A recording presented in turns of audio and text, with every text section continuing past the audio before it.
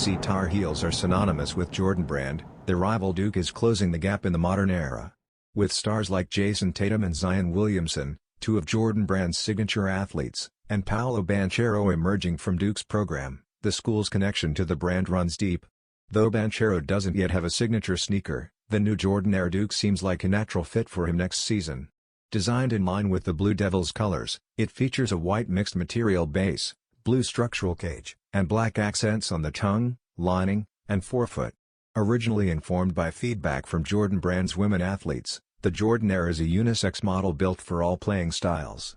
Notably, it was also the silhouette used for Banchero's debut release, the Seattle Rotary edition, honoring his AAU roots. The Jordan Heir Duke will retail for $110 and is expected in fall 2025.